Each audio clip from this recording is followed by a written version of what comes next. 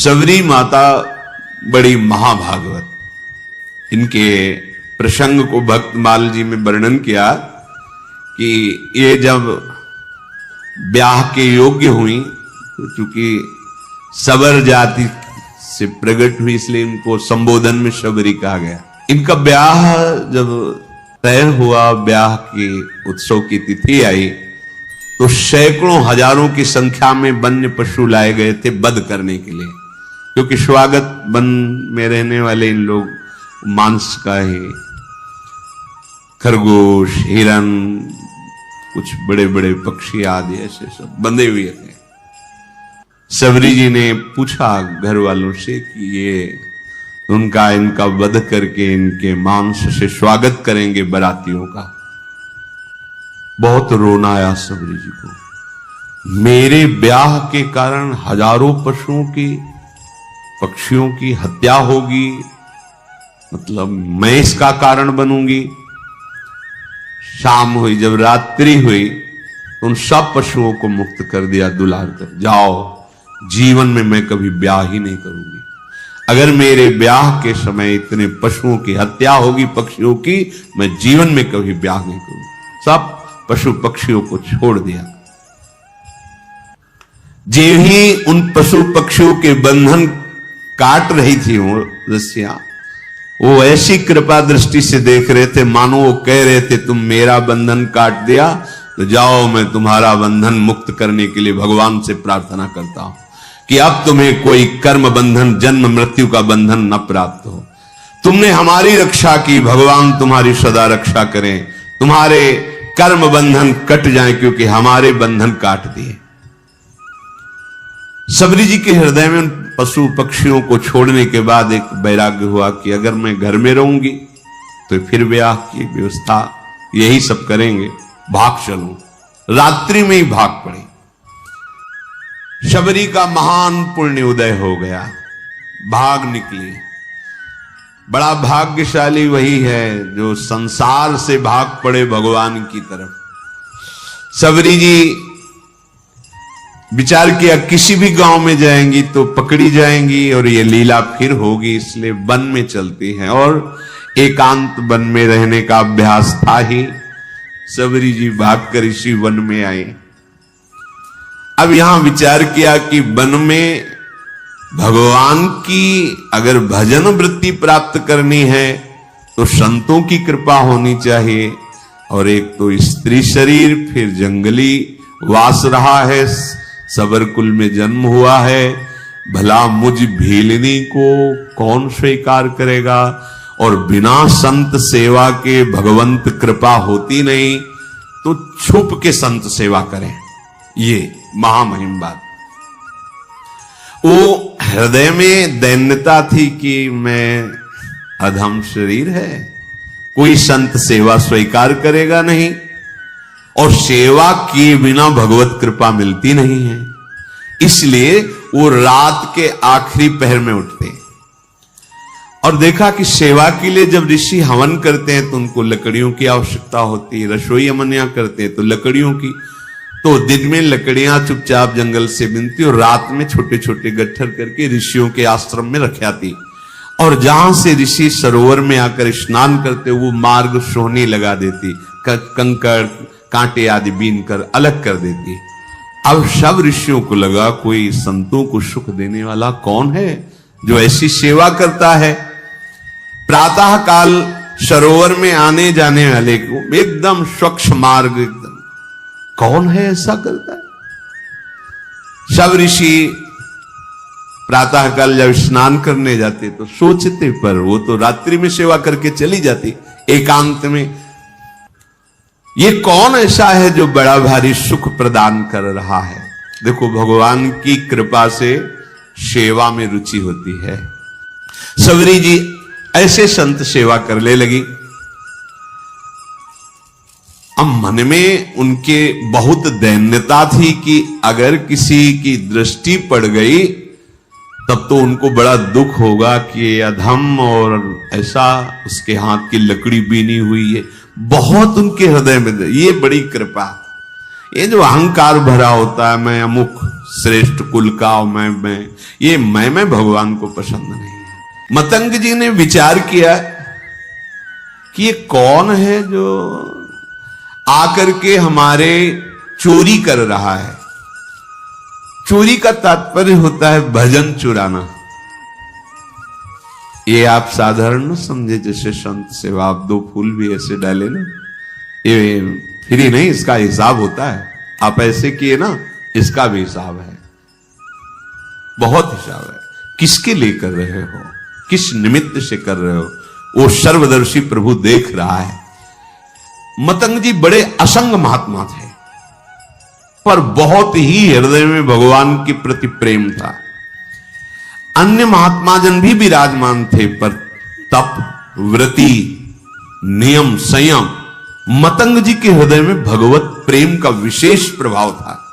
मतंग ऋषि जी के मन में एक दिन बहुत दृढ़ निश्चय हुआ, ये कौन चोर है जो सेवा करके भी छुप जाता है और हम सब ऋषियों का भजन आनंद। क्योंकि कोई भी सेवा करता है वो तुम्हारे भजन को लेता है, फिर ही नहीं है, बात समझना। ऐसा ना समझो कि आप जो पहन रहे, खा रहे, पी रहे, देख रहे, सुन रहे, सारा हिसाब है, इसलिए विरक्त को रात दिन भजन करना है। हम जिसकी रोटी खाते हैं उसको भी भजन देते हैं, जो प्रणाम करता है उसको भी भजन देना है। और वैसे ही सबका सर्व मंगल करने का स्वरूप होता है संत महापुरुषों का। मतंग ऋषि बड़े ही मतंग थे प्रभु के अनुराग में, परम विरक्त, भक्ति रसानंद से परिपूर्ण। रोज अपने आश्रम में देखते कि दोना में फूल रखा हुआ है, लकड़ी, सेवा के लिए मार्ग पूरा साफ। ये कौन है रोज सेवा कर रहा है? अपने शिष्यों से कहा, सुन, रात भर जगो, रोज सेवा पहुंचाता। कौन है ऐसा जो चुपके से सेवा कर रहा है? एक बार दर्शन करना चाहते हैं। सब शिष्य रात में जगे, अलग अलग जगह छुप करके खड़े हो गए। धीरे धीरे सबरी जी आई, दोने में कैसे पुष्प रखकर लकड़ी जे ही, तो कौन है? सबरी जी तो एकदम मानो सूख गए कि अब तो जान गए, अब सेवा छूट जाएगी। देखो किस बात का दुख है, अब सेवा छूट जाएगी। अब कोई भी ऋषि हमारी सेवा स्वीकार नहीं करेगा। एक तो स्त्री शरीर, दूसरा सबर कुर में जन्म, ये सब महान ब्रह्म ऋषि हैं, ये सब हमें हटा देंगे, मेरी सेवा छूट। बहुत विकल होकर शांत खड़ी हो गई। मतंग जी जब आए तो देखकर आंसू निकल पड़े। खान पान की कोई व्यवस्था नहीं, झाड़ियों में छुप के रहती संत सेवा, आंसू निकल पड़े। सबरी जी की कैसी सेवा? जान गए तो सकुच गई कि शायद अब सेवा छूट जाए। आंसू की धारा बहने लगी और कहा, बेटा ऐसे सेवा करती हो, कहां रहती हो? उन्होंने कहा, प्रभु झाड़ियों में छुप के रहते हैं। पूरी कथा बताई भाग। अच्छा, अब तुम निश्चिंत हो जाओ। सबरी जी से कहा, अब तुम निश्चिंत हो जाओ, तुम्हें अब कोई चिंता नहीं करनी चाहिए। भगवत भक्ति का प्रभाव ऐसा है कि वो न जाति देखती है न शरीर देखती है। तुम स्त्री शरीर हो कि पुरुष शरीर हो, किस जाति को, किस कुल के हो, ये भक्ति महारानी जिसके हृदय में आ जाती है, भगवान उसके अधीन हो जाते हैं। सबरी जी को मतंग ऋषि ने ऐसे वचन के द्वारा साहस बना और शिष्यों से कहा कि तुम जानते हो ये कितनी पवित्र है। ओहो, बहुत बड़ी बात। भक्ति को प्रताप ऋषि जानत, निपटने के केऊ कोटि विप्रताई, यहाँ पे वार डारिए। मतंग जी ने कहा कि आज के बाद तुम्हें छुप के रहने की जरूरत नहीं। आश्रम में ही एक पर्ण कुटी सबरी, इसमें तुम विराजमान हो। और कहा कि आज तुम्हें हम मंत्र दीक्षा और नाम दीक्षा दोनों प्रदान करेंगे। मांगा नहीं, सच्चे शिष्य को मांगने की जरूरत नहीं होती, अपने आप गुरु विधान कर देते हैं। देखो, वास करो इस कुटिया पे, और तुम्हें आज मैं मंत्र दीक्षा और नाम भी दिया, मंत्र भी प्रदान किया, ये जब पूरे वन में बात फैली कि स्त्री जाति और ऐसा और मंत्र दे दिया और पास में कुटिया में, तो सब विरोध मतंग जी का करने लगे कि ऐसी जाति की ऐसे नहीं करना चाहिए, ब्रह्म ऋषि हो ऐसा वैसा। मतंग जी की वो अवहेलनात्मक बातें, निंदात्मक बातें कर मतंग जी की प्रसन्न हुए कि जिसको अपने ब्राह्मणत्व का अभिमान है, तपस्या का अभिमान है, जितेंद्रियता का अभिमान है, भगवान को अच्छा नहीं लगता है। ये करना चाहिए पर अभिमान नहीं करना चाहिए। दिनों दिन शबरी का अनुराग गुरुदेव के चरणों में बढ़ रहा, क्योंकि कोई ने आश्रय नहीं दिया, कहीं कोई आश्रय देने वाला नहीं, सब जगह दूर दूर। गुरुदेव ने नाम मंत्र तो गुरुदेव के चरणों में अपार प्रेम शबरी जी का। एक दिन आकाशवाणी हुई मतंग जी के लिए कि आपने जो शबरी को स्वीकार किया, इससे भगवान बहुत प्रसन्न हुए हैं। भगवान की प्रसन्नता का हेतु है कि अभी विमान आने वाला है और आप सीधे भगवान के धाम को जाएंगे। उसी समय विमान उतरा। मतंग ऋषि भगवान के धाम जाने को उत्सुक है, भगवान का साक्षात्कार होगा, भगवान के समीप रहने को मिलेगा। शबरी जी रो पड़ी, गुरुदेव आपकी सिवा तो इस वन में कोई मुझे नहीं चाहता, अगर आप चले गए तो भगवान हमारे तो प्राण ही चले गए। तो जो गुरुदेव ने बात कही बहुत जोर, गुरुदेव ने कहा आज तक मैंने तपस्या और मंत्र जाप, संयम नियम साधना, उन सब के प्रभाव से भगवान के धाम की प्राप्ति का अवसर है, लेकिन वो स्वयं धामी चलकर तुम्हारे यहां आएगा और तुम्हें दर्शन देगा। तुम चिंता मत करो बेटा, हम तो जा रहे हैं चलकर भगवान के धाम, लेकिन स्वयं धामी आएगा और यहां तुम्हें दर्शन देगा, निश्चिंत होकर के रहो। गुरुजी विमान पर बैठकर परम धाम गए, पर गुरु का वियोग असहनीय। कोई बड़े भाग्यशाली होते हैं जिनको संत या गुरुदेव से प्रेम होता है। कौन प्रेम करता है? कोई गुरु प्रेमी बिरला ही कोई होता है, बिरला है। ऐसा गुरुदेव का वियोग कि अब जिया नहीं जा रहा। पर शबरी प्राण इसलिए नहीं त्याग रही कि गुरुदेव ने कहा है भगवान स्वयं आएंगे और दर्शन देंगे, बस इस आशा से जीवन रख रहे हैं। अब इतनी शिथिलता थी कि जो नित्य सेवा वो छोड़ नहीं सकते थे। वियोग में शिथिलता के कारण जब ऋषि स्नान करने जा रहे थे, उसी समय वो सोहनी लगा रही थी।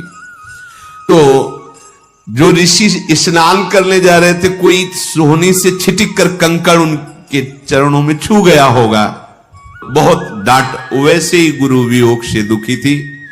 और ये बहुत बड़ा अपराध है, ये लोग जानते रहे जो अहंकार में होते हैं, मैं तपस्वी हूं, मैं इस कुल का हूं, मैं उस कुल का। अरे सब मायाकृत है। सच्चिदानंद प्रभु की भक्ति जो कर रहा है उसकी चरण रज लो, चरणामृत लो। भगवान के अनुरागी जनों के प्रति ऐसा अनुराग, ऐसी भक्ति, ये बहुत धोखा हो जाता है, बहुत धोखा हो जाता है। ये ऐसा भारी अपराध है कि सिर्फ भक्त से ही क्षमा हो सकता है, भगवान भी क्षमा नहीं कर सकते। अब वो पुनः स्नान करने जे भी गए तो उसमें कीड़े पड़ गए सरोवर के जल में। शबरी जी को इतना धिक्कारा, तुझे दिखाई नहीं दे रहा, मैं आ रहा हूं, मुझे तेरे झाड़ू से कंकड़ छू गया। शबरी जी तो भाग पड़ी, एकांत में जाकर रोने लगी। वैसे ही गुरु वियोग से दुखी थी, इसीलिए विलंब हो गया था, नहीं तो रात में ही वो सोहनी लगाती थी। शबरी जी के हृदय को भारी दुख कि जो हमारे वचनों के द्वारा समझाते थे, जो हमें चरणों का आश्रय, वो तो अंतर ध्यान है। अब यही है, ये महात्माओं को दुख पहुंचा, क्या करूं, गुरु ने आज्ञा की, नहीं तो अभी शरीर को छोड़ देती। ओ ये दुख भारी अपराध हो गया। उनको क्या कहा, अभागी, और रुधिरवत रक्तवत हो गया जल, और कीड़े, दुर्गंध आने लगी जल से तत्काल। तो उन्होंने मन में सोचा कि शबरी के कंकड़ स्पर्श का प्रभाव देखो कितना, तो उसका प्रभाव कि जल भी अपवित्र होगा। जब बुद्धि उल्टी होती ना तो उल्टा ही चिंतन होता है। हृदय में शबरी जी गुरुदेव प्रदत्त नाम का मंत्र का जप कर रहे हैं। रोज तड़के उठकर मार्ग बुहारना और रोज पुष्प की पंखुड़ियां ऐसे पावड़े बिछाना, सुंदर निर्मल जल भर के रखना और सुंदर फल रखना। कि गुरुदेव ने कहा भगवान आएंगे, पक्का भगवान आएंगे। रात दिन गुरुदेव प्रदत्त नाम मंत्र का चिंतन, गुरुदेव ने कहा है भगवान आएंगे, इसका दृढ़ विश्वास। अब क्या भगवान के स्वागत में तो जंगल में यही है फल। तो सुंदर सुंदर बेर के जो वृक्ष थे उनसे ऐसे बेर लेती, पहले चखती, चखने के बाद वहां मीठे है तो उस बेर तो झूठे तो हो ही गए ना। चखने के बाद हाथ थोड़ी प्रक्षालन, जंगल है ये थोड़ी क्या कहा कि हाथ में कमंडल धोना। ऐसा नहीं कि खा खा के बेर रखती थी, उस वृक्ष के मीठे है कि मेरे प्रभु को खट्टे न लगे तो ऐसे देखा, हाँ मीठे, फेंक दिए और नए फल लेकर के उनको ऐसे रखते। इसीलिए कहा गया है कि झूठे बेर। वैसे भी शास्त्रीय पद्धति में सबसे पहले भगवान को भोग लगा और प्रेम पद्धति में सबसे पहले अपने को पाना है। आप पहले पा लिए तो भोग लगाने लायक नहीं, लेकिन ये प्रेम है, उल्टा मार्ग है। यहां ये ज्ञान हमें नहीं था। ऐसा हो ही नहीं सकता कि प्रभु के लिए थाल सजा रहे पहले उससे ले, ऐसा कैसे? कोई पूछता तो उत्तर नहीं। ये तो इसी प्रेम नगरी का एक है, जिसके भी हृदय में जहां भी प्रेम, ये प्रेम का प्रभाव और स्वभाव है। मानसी गंगा में दंडोती परिक्रमा जब गुरुदेव के साथ लग रही थी गिरिराज महाराज की, तो मानसी गंगा में तो वहां एक सहतूत बेच रहा था। सहतूत में से तो श्री जी को भोग लगाने के लिए प्रक्षालन किया, बीन बीन के सही रखे। महाराज जी ने कहा थोड़े लो और पाओ, बताओ कैसे? हमको महाराज जी पहले श्री जी को भोग। बोले हमारे यहां पहले श्री जी नहीं, पहले तुम पा के बताओ कैसे, खट्टे अधिक खट्टे तो नहीं। और देख लो महाराज। बोले जब हम कह रहे थे तुम पावला, हिम्मत नहीं पड़ रही थी कि श्री जी के पवा के बिना के पाया। कहा मीठे। बोले जाओ हाथ धो, आचमन करो, अब भोग लगाओ। उस दिन से समझ में आया कि हमारी लाडली जी को पहले हम चखेंगे फिर भोग लगाएंगे कि वो ठीक है कि नहीं है। तो शबरी जी भी ऐसे, ये बेर पेड़ का कहीं खट्टा तो नहीं है, बाकट तो नहीं है, तो उससे पहले चखती और फिर वो बेर दोने में लेके फिर प्रभु के रोज और रोज बस पावड़े बिछाए, फल रखे और बैठ गई। सुबह से शाम प्रभु आएंगे। गुरुदेव ने कहा प्रभु बहुत दिन बीत गए पर अश्रद्धा नहीं हुई गुरु वाक्य पे। नहीं, गुरुदेव ने कहा प्रभु आएंगे। मार्ग में जाए रहे लोचन बिछाए को, नेत्र लगाए। गुरुदेव ने कहा है भगवान ऐसे ही बहुत दिन बीते मग जोहत, तो आ गए औचक सो मिटे सब सो गए। दूर से देखो भगवान आ रहे हैं, छुप गई। अभी तक तो इंतजार कर रही थी, जब देखा भगवान आ रहे तो छुप गई। मैं नीच अधम उनके सामने कैसे जाऊंगी, कैसे उनकी सेवा करूंगी? जो ऋषि कुछ दैन्य थे जिनको सबरी जी की भक्ति प्रिय लगती थी, उनसे भगवान पूछ लिए कि सबरी माता का आश्रम कहां है, कहां है सबरी माता? इतना पूछ के निहाल कर दिया, गए किसी के आश्रम नहीं। और जिनको अहंकार था तो वो सोच रहे थे, सुना तो था ही भगवान वनवास में आ रहे, तो उनको था कि भगवान आएंगे, हमारी दंडवत करेंगे, फिर आसन में हम उनको बैठाल कर स्तुति संस्कृत से करेंगे। वो बैठे ही रहे घर में। भगवान पूछ लेते सबरी मां किधर है, कहां विराजमान है। वो अपने को निहाल मानते, जिनसे भगवान पूछ लेते कहां है सबरी, किधर है सबरी रहते ऋषि। प्रभु यही मार्ग है, ये जो पावड़े बिछे सबरी जी ने बिछा। आगे जो मतंग ऋषि का आश्रम, वहां सबरी जी विराजते। तो भगवान कहते जैसे सबरी जी के लिए एक पल समय करोड़ों कल्प के समान व्यतीत हो रहा है, ऐसे राम जी के लिए किधर है? मैं अपने कब भर नेत्र सबरी जी के दर्शन करूं। उधर सबरी जी जो सो, वही भगवान सो। मतंग ऋषि के आश्रम में आए और जो शिष्य जन खड़े थे, कहां है सबरी जी, कहां भाग्यवान सबरी जी, मेरे नेत्र तरस रहे उनके दर्शन के लिए। सबरी जी ने जब ये वचन सुने तो जो हृदय में संकोच था दूर हुआ, आके साष्टांग दंडवत सबरी जी ने की, प्रणाम कर रहे, दौड़ पड़े। रघुनाथ जी ने जैसे माता को हृदय से लगाया जाता है, ऐसे सबरी मां को अपने नेत्रों से अश्रु से सबरी को, हमारे भगवान का स्वभाव जो जान गया, भगवान शिव कहते हैं उमा राम स्वभाव जेहि जाना, ताय भजन तज भावना। करुणा समुद्र है ये, आप खुद भजन करोगे तब आपको पता चले। आपका हृदय जब थोड़ा सा भी प्रभु से अपनापन करेगा तो आप खुद समझ पाओगे प्रभु के सिवा कोई ऐसा प्यार करने वाला त्रिभुवन में नहीं है। भगवान ने सबरी जी का हाथ पकड़कर अपने समीप बैठा ला।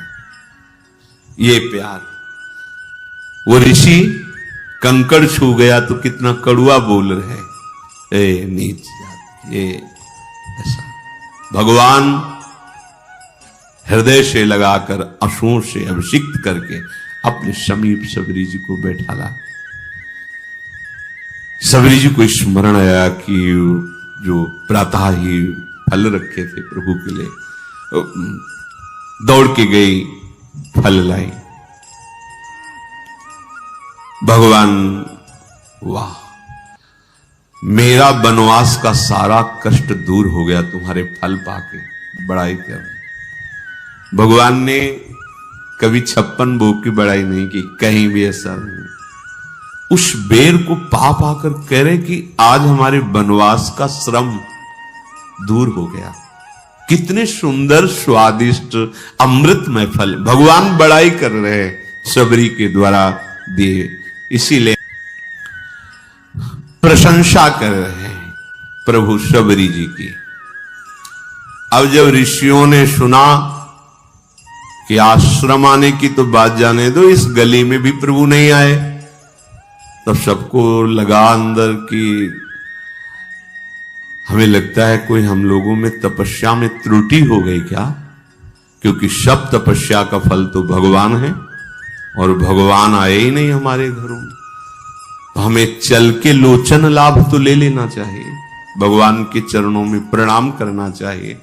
सब ऋषि जो थोड़ा सा अपने में ब्रह्मणत्व, तपस्या, जितेंद्रियता आदि आदि मानते थे, उनको आना पड़ा। वो प्रभु के समीप आए, अब भी बुद्धि काम नहीं कर रही। प्रमाण मिल चुका है कि सबरी जी कितनी पावन है। उनके मन में आता है कि बड़ी समस्या पैदा हो गई है, अगर वो सरोवर का जल भगवान अपने श्री चरणों से स्पर्श कर दे तो निर्मल हो जाएगा और हम लोगों के प्रयोग में आ जाएगा, क्योंकि सबरी की अपवित्रता के कारण वो दूषित हो गया था। वो लोग भगवान को प्रणाम किए और भगवान बैठे हुए तो निवेदन किया। वो सब ऋषि लोग अभिमान त्याग कर भगवान के पास आए और भगवान से कहा कि प्रभु, इस सरोवर का जल जो है नीच जनों के द्वारा छूने से कीड़े पड़ गए, अपवित्र हो गया, तो हम ब्रह्म ऋषियों की सेवा में नहीं, आप अपने श्री चरण। तो भगवान ने कहा, नहीं, हम तो आप ऋषियों के चरण सेवक हैं, आप देखो अपना चरणामृत डाल करके, क्योंकि आप तपस्वी जितेंद्री ब्रह्म ऋषि हैं, हम तो आपके सेवक हैं, आप डाल के देखो। उनको लगा कि एक बार भगवान कह रहे थे, डाले जाके तो और दुर्गंध पैदा हो गई। आए, बोले प्रभु ठीक तो हुआ नहीं। तो बोले हमारे चरण से तो ठीक होगा ही नहीं। उनका, नहीं प्रभु, आपके चरणों का प्रताप तो है ही, क्योंकि शिला छू गई तो अहिल्या के रूप में प्रकट हो गई, तो पानी तो बोले सही मानो, अगर हम चरण रख देंगे तो और बड़े बड़े कीड़े हो जाएंगे। अगर उसे स्वच्छ करना चाहते हो तो तुम सबरी के चरणामृत उतारो, तो फिर डालो जाके। अब भगवान का आदेश, बड़े बड़े ब्रह्म ऋषि सब बोले, केवल एकमात्र सबरी जी के चरण स्पर्श किए हुए जल से ही वो पवित्र हो सकता है, दूसरा कोई उपाय नहीं, क्योंकि तुम सबसे भयानक अपराध बनाए, स्त्री जान करके, नीच कुल की जान करके उनको तुम धिक्कारा है, तुम उनको ऐसी भावना से ये अपराध तुम्हारे सारे तप को, सारे प्रभाव को नष्ट कर दिया। अगर तुम कहीं अपने जीवन को कृतकृत्य करना चाहते हो, सरोवर के जल और हृदय को स्वच्छ करना चाहते हो, तो सबरी जी का चरणामृत ही काम करेगा, दूसरा कुछ नहीं। अब भगवान की आज्ञा, ईश आज्ञा तो सबको शिरोधार्य है। सबने जे ही सबरी जी बड़ी प्रार्थना, दैन्यता, जे ही चरण स्पर्श हुआ, निर्मल स्वच्छ और अमृत जैसा जल हो गया। तब भगवान ने शबरी जी की स्तुति की, जो नौधा भक्ति पीछे गाई गई थी, वो भगवान शबरी जी को नहीं सुना रहे, उन्हीं ऋषियों को बता रहे कि ये पूरी की पूरी भक्ति हमारी माता शबरी जी में विराजमान है। जाति पाति कुल धर्म बड़ाई धन वैभव कुटुंब गुण चतुरता, मैं इन सबसे नहीं रीझता। हे शबरी जी, आप में तो 9 भक्ति विराजमान है, जो गति योगियों के लिए भी दुर्लभ है, आज मेरे सामने ही तुम्हें वो दुर्लभ गति प्राप्त होगी। मेरे दर्शन का फल है जीव अपने ब्रह्म स्वरूप को प्राप्त हो जाता है। मम दर्शन फल परम अनुपा, जीव पाओ निज सहज स्वरूपा। फिर कहा कि शबरी जी आप यहां विराजमान, कहीं जानकी जी को यहां से जाते हुए ऊपर से कोई तुम्हें ऐसा कुछ खबर है क्या? शबरी जी ने कहा, प्रभु पास में एक पंपा नामक सरोवर है, वहीं सुग्रीव हैं, आप वहां जब जाएंगे तो उनसे मित्रता कीजिएगा, वो सब आपको सूचना दे देंगे। हे नाथ, आप कुछ देर रुको। और शबरी ने एकदम एकाग्रता की और उनके शरीर में योगाग्नि प्रकट हो गई। भगवान के सामने ही पांच भौतिक शरीर का लय करके भगवत धाम को गई।